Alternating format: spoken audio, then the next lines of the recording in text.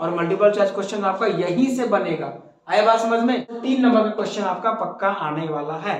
तीनों क्वेश्चन आपके एग्जाम के लिए बेहद इंपॉर्टेंट होने वाले हैं।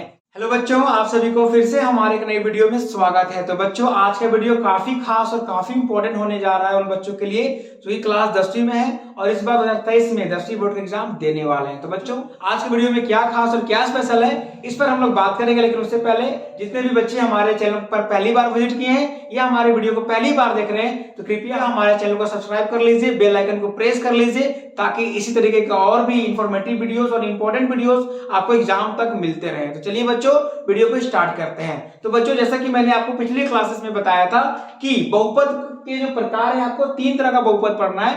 पहला रैखिक, द्विघात और त्रिघात बहुपद, है ना, जिसमें कि पिछले वीडियो में मैंने रैखिक बहुपद में सारा का सारा इतिहास बता दिया था। जो भी बच्चे उस वीडियो को नहीं देखे हैं तो अभी जाकर के देख लीजिए, लिंक डिस्क्रिप्शन बॉक्स में दिया हुआ है, या फिर बेल आइकन पे क्लिक करके भी आप देख सकते हैं। तो चलिए, आज हम लोग बात करने वाले हैं द्विघात बहुपद पर, ठीक है। लेकिन कुछ बिंदुओं पर हम लोग चर्चा करेंगे, क्योंकि यहाँ पर हमारा छूट चुका था। वो दोनों चूंकि एक दूसरे से आपस में लिंक्ड है, इसलिए दोनों का चर्चा हम साथ करने वाले हैं। क्लियर है?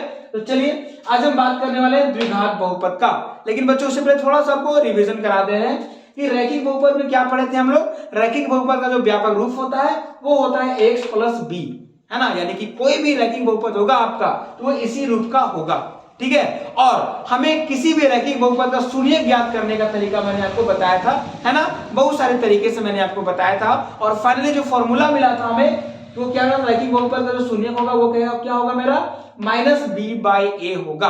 क्लियर है? और अगर इसी -b/a को थोड़ा कुछ और रूप में लिखे तो क्या लिख सकते हैं, इसको हम लिख सकते हैं बच्चों माइनस, ये b क्या है मेरा, b है मेरा अचर पद, b क्या है मेरा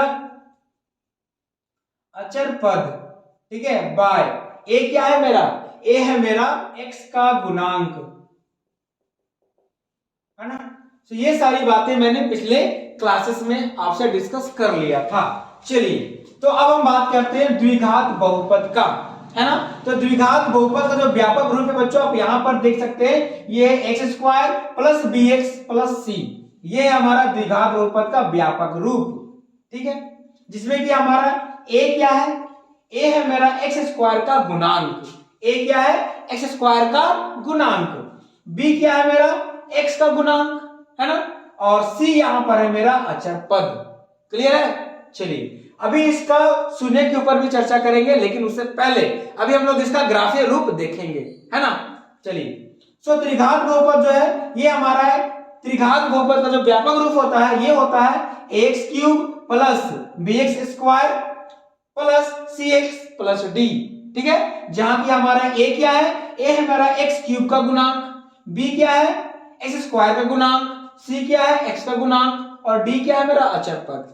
क्लियर है यहां तक? चलिए, अब थोड़ा सा बात करते हैं हम लोग इसका ग्राफीय रूप के ऊपर, है ना।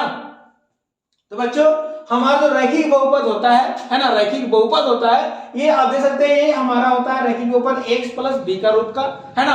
और इसका जो ग्राफीय रूप होता है, अगर हम किसी भी रैखिक बहुपद को ग्राफ में निरूपित करें, है ना, तो ये किस तरह का ग्राफ मिलता है, देखिए आप यहाँ पर, है ना। कोई भी रैखिक बहुपद होगा तो आपका जो ग्राफ मिलेगा वो इस प्रकार का मिलेगा। सपोज ये हमारा एक ग्राफ है ना, और अगर इस पर हमें कोई भी रैखिक बहुपद का, अगर हमें, है ना, रैखिक बहुपद को अगर हमें इस ग्राफ में दर्शाना है तो किस तरीके का मिलेगा, तो मैंने आपको कई वीडियोस में बता चुका हूं कि कोई भी रैखिक बहुपद होगा या कोई भी रैखिक समीकरण होगा, उसका जो ग्राफ मिलता है ना, उसका जो ग्राफ मिलता है वो मिलता है एक सीधा रेखा। क्या मिलता है? एक सीधी रेखा, है ना। तो ये होगा मेरा ग्राफीय रूप रैखिक बहुपद का। कैसा मिलेगा? सीधा रेखा। वो किधर भी हो सकता है सीधा रेखा, है ना, किधर भी हो सकता है, देख सकते हैं आप। वो रेखा ऐसा भी हो सकता है ना, ये मेरा x अक्ष और ये मेरा y अक्ष। क्लियर है? यह मेरा x अक्ष और ये मेरा y अक्ष, है ना। तो देख सकते हैं आप, ये जो हमारा ये जो रेखा मिल रहा है, ये किसका रेखा है? ये हमारा कोई ना कोई रैखिक बहुपद का ही रेखा होगा। क्लियर है? ये जो रेखा मिल रहा है हमारा, ये कहीं ना कहीं कोई भी रैखिक बहुपद का रेखा होगा। आया बात समझ में बच्चों?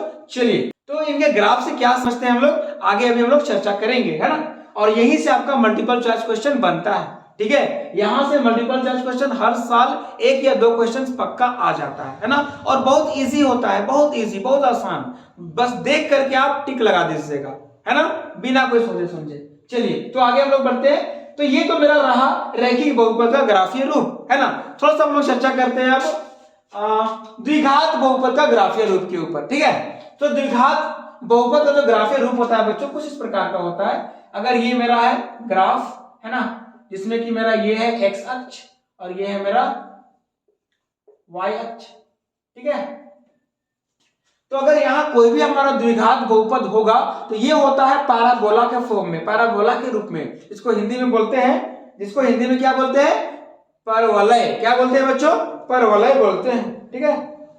चलिए तो अगर इसका ग्राफीय रूप हम लोग देखें तो कैसा होगा, इसका ग्राफीय रूप कुछ इस प्रकार का यू रूप का होगा, नहीं कुछ इस रूप का होगा। क्लियर है। या तो इसका ग्राफीय रूप कैसा हो सकता है, ऐसा हो सकता है, इधर से परवलय बन सकता है, दिख रहा है, क्लियर है। या तो इसका ग्राफीय रूप कैसा हो सकता है, या तो और देखिए यही से हो सकता है ना। या तो इसका ग्राफीय रूप कैसा हो सकता है, इधर से हो सकता है। क्लियर है बच्चों। सो कहीं ना कहीं जो आपका द्विघात बहुपद का जो ग्राफीय रूप होगा वो कुछ इस प्रकार का मिलेगा, है ना, पैराबोला के शेप में, इस शेप में मिलेगा या तो इस रूप में मिलेगा। क्लियर है, इसको बोलते हैं परवलय। क्लियर है। तो बच्चों इसका मतलब क्या हुआ, अभी हम लोग आगे बात करने वाले हैं, ठीक है। चलिए तीसरा है हमारा त्रिघात बहुपद, है ना। तो त्रिघात बहुपद का जो हमारा ग्राफीय रूप मिलेगा बच्चों वो मिलेगा कुछ इस तरीके से, ठीक है। कुछ इस तरीके से हमारा त्रिघात बहुपद का ग्राफीय रूप मिलने वाला है। और थोड़ी सी बात करते हैं तो किस तरीके का और हो सकता है, तो ये ऐसे भी हो सकता है। क्लियर है। ये इस तरीके का हमारा त्रिघात बहुपद का रूप मिल सकता है। बात समझ में, इसका मतलब क्या हुआ। चलिए अब इन ग्राफीय रूपों का क्या मतलब है ना, ये हम लोग डिस्कस करने वाले हैं और इसी से आपका मल्टीपल चॉइस क्वेश्चन बनेगा, ठीक है। चलिए पहले हमारा रैखिक बहुपद का ग्राफ देखिए, ध्यान से देखिए। ये जो हमारा रैखिक बहुपद का जो ग्राफ है आपको साफ साफ दिख रहा होगा कि ये ग्राफ बिल्कुल सीधा है, एक रेखा है ना, कैसा एक रेखा है। रैखिक बहुपद है तो इसका ग्राफ कैसा है, रेखा है। और ये जो रेखा है ये हमारे एक्स अक्ष को एक बिंदु पर प्रतिच्छेद कर रहा है। आए बात समझ में। चलिए यहाँ पे अगर देखें हम लोग तो यहाँ पर भी हमारे एक्स अक्ष को एक बिंदु पर प्रतिच्छेद कर रहा है। यानी कि बच्चों हमारा जो रैखिक बहुपद का जो ग्राफ होता है ये हमारे ग्राफ के एक्स अक्ष को एक बिंदु पर प्रतिच्छेद करेगा और इसका जो शून्यक मिलेगा ये केवल और केवल एक मिलेगा। शून्य कितना मिलेगा, एक शून्य, केवल और केवल एक शून्य मिलेगा। कोई भी हमारा रैखिक बहुपद होगा उसका एक शून्य मिलेगा जो कितना होगा -b/a से आप निकाल सकते हैं। आया बात समझ में। यानी कि रैखिक बहुपद होगा तो उसका शून्य एक मिलेगा। आया बात समझ में। चलिए आगे बढ़ते हैं। अब हमारा है द्विघात बहुपद। द्विघात बहुपद ग्राफ बच्चों देख सकते हैं, ये 1 2 3 और ये 4 है ना, 4 ग्राफ में आप देखिए द्विघात बहुपद का जो ग्राफ है हमारा, है ना। अब ये साफ साफ दिख रहा है कि ये जो ग्राफ है हमारे इस एक्स अक्ष को एक बिंदु और यहाँ दो बिंदु, है ना।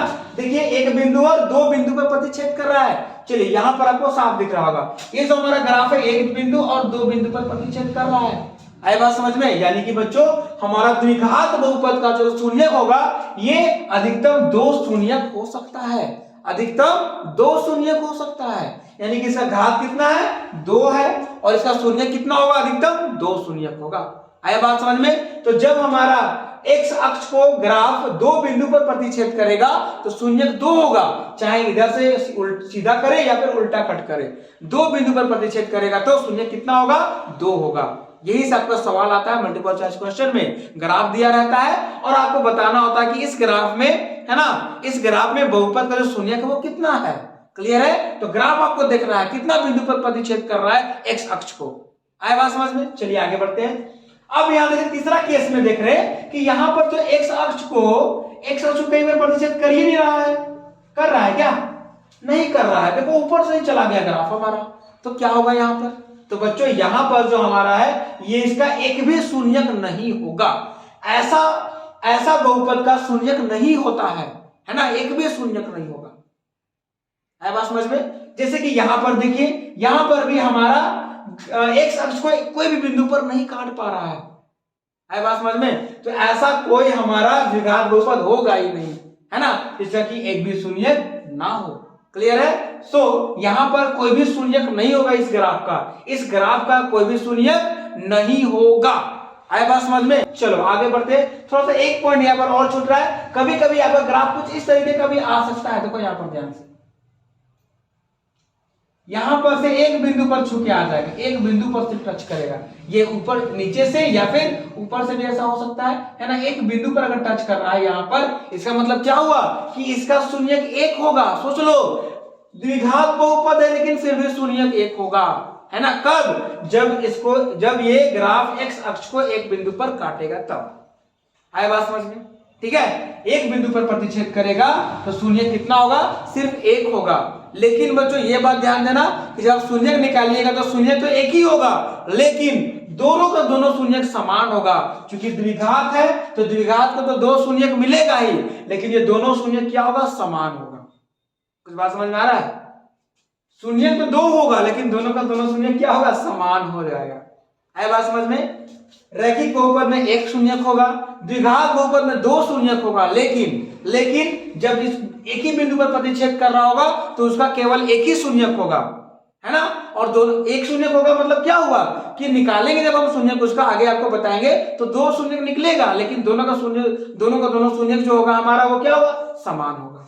आया बात समझ में? यानी कि एक बिंदु पर प्रतिच्छेद कर रहा है और बोलेंगे इसका एक शून्यक है। क्लियर है?